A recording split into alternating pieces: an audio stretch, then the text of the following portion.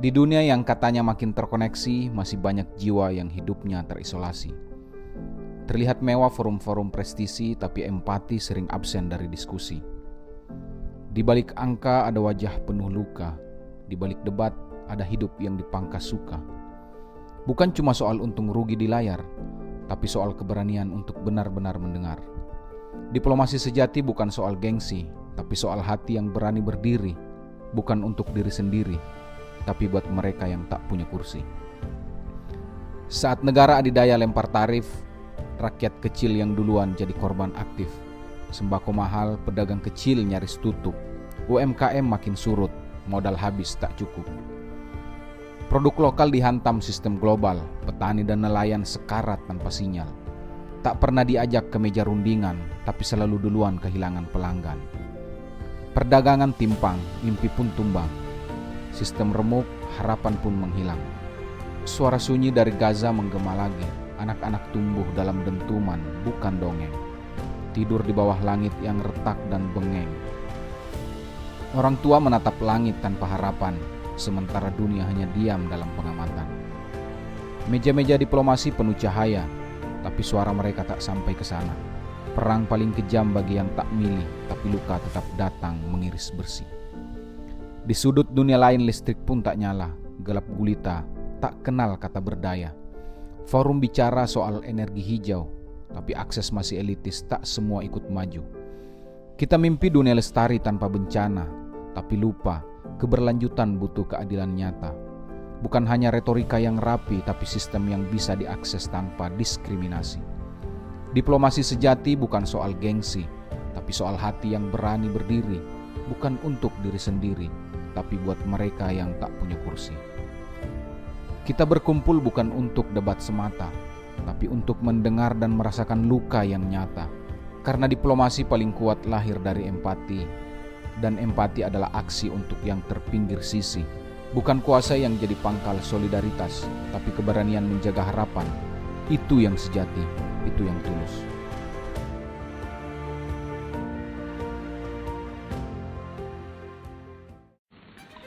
This is the first intercontinental conference of colored peoples, so-called colored peoples, in the history of mankind.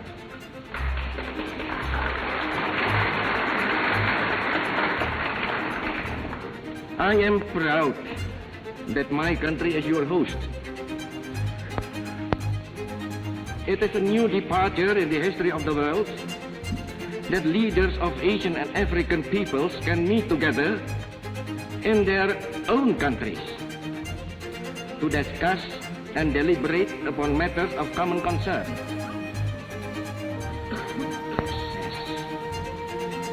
In spite of diversity that exists among its participants, let this conference be a great success.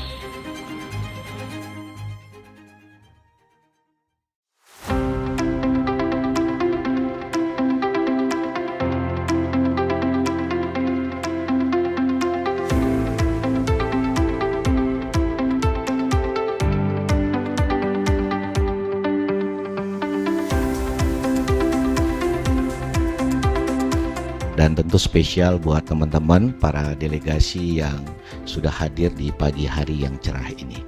Izinkan saya untuk menyampaikan dalam bahasa Indonesia, kegiatan ini merupakan satu kegiatan yang strategis, dan saya ingin mengajak sedikit kita untuk keliling dunia untuk melihat betapa geopolitik dan geostrategis yang begitu dinamis, luar biasa dalam beberapa dekade terakhir. Dan pada akhirnya pertanyaan kita, di mana semangat atau spirit dari konferensi Asia Afrika, apakah masih relevan kita bicara? Oleh karena itu spirit Bandung ini harus tetap dijaga. Dan teman-teman, tadi juga saya sempat bincang-bincang dengan Kementerian Luar Negeri persoalan beberapa pos kedutaan besar kita yang sampai hari ini juga belum terisi, padahal dinamika politik global yang luar biasa cepatnya, dan ini juga perlu diambil langkah-langkah konkret.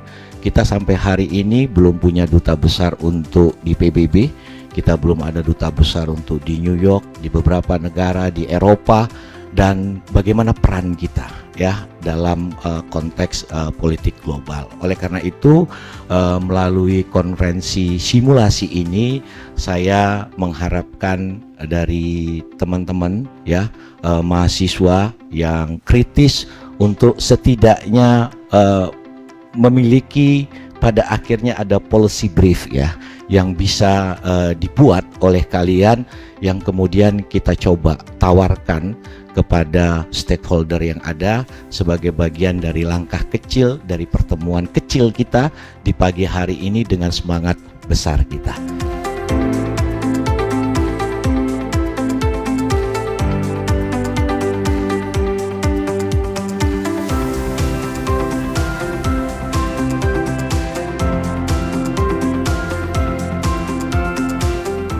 Sedikit cerita, 70 tahun yang lalu para pemimpin Asia dan Afrika itu berkumpul di Bandung tahun 1955.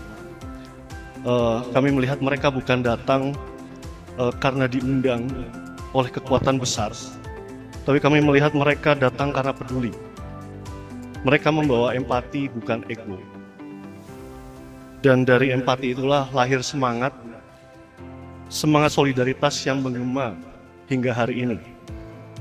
Karena kita lihat dampak dari konferensi tersebut, setidaknya ada 30 negara yang merdeka. Mereka terinspirasi dari semangat yang mengemuka di dalam konferensi pertama lintas benua tersebut. Hari ini, lewat kegiatan ini, kami mengajak teman-teman mahasiswa untuk melanjutkan semangat itu. Membahas isu-isu besar, sebagaimana tadi yang sudah disampaikan oleh Bapak Dekan. Dunia cenderung semakin marak dengan konflik. Perdagangan semakin tidak adil. Krisis kemanusiaan terus berlanjut di Gaza. Dan tantangan semakin besar untuk kemerataan energi global.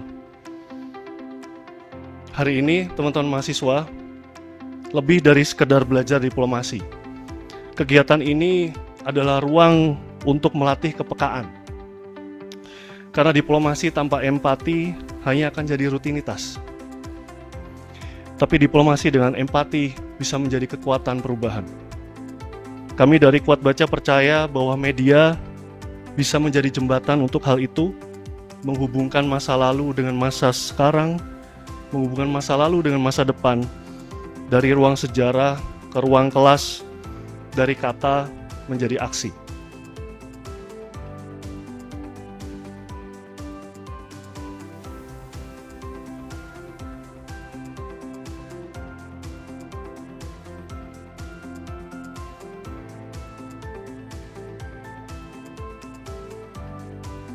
This simulation is not a performance. It's rehearsal of moral courage. It is a space where empathy is exercised, vision is sharpened, and the voice of the global south echoes once more. You will sit as delegates, but you stand as heirs to the ideals of liberation and dignity. This is the first intercontinental conference of colored people in the history of mankind. So let this day mark a new chapter in that history, when young people revive diplomacy that serve the people, not power. You will speak of Gaza, not as headlines, but as a humanitarian wound that demands bold collective healing. You will speak of trade inequality and the energy transition, not as abstract concept, but as a lived realities that cry out for justice.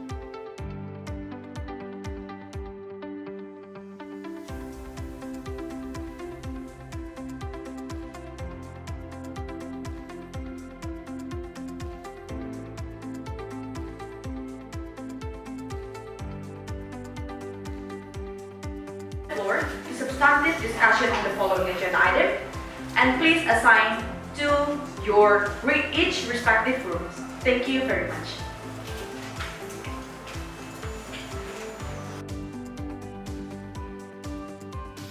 Saya takjub sekali, tadi dari pagi sampai siang saya melihatnya secara online. Karena yang namanya pemimpin redaksi, kalau pagi urusannya dengan redaksi. Nah, begitu agak siang menuju sore, saya hadir ke sini menyaksikan cosplay ini begitu luar biasa. Dan saya kira Gen Z itu lebih cerdas daripada generasi sebelumnya. Saya melihat bahwa ketika generasi setelah saya itu semakin lebih pandai, maka yang kurang adalah praktiknya. Nah, ini adalah bentuk inisiasi kami sebagai media, dan juga medianya sudah media digital. Nah, kami ingin melihat bahwa upaya ikhtiar kita mempraktikkan keilmuan di dunia international relation sebagai sesuatu yang bisa kita isi. Kegiatan ini diselenggarakan oleh kita bersama ya, kami cuma menginisiasi. Demikian mungkin yang bisa saya sampaikan, rekan-rekan sekalian. Semoga manfaatnya bisa kita rasakan sebagai bentuk ikhtiar kita mengisi banyak expertise di dunia international relation. Kita mulai dengan cosplay semacam ini.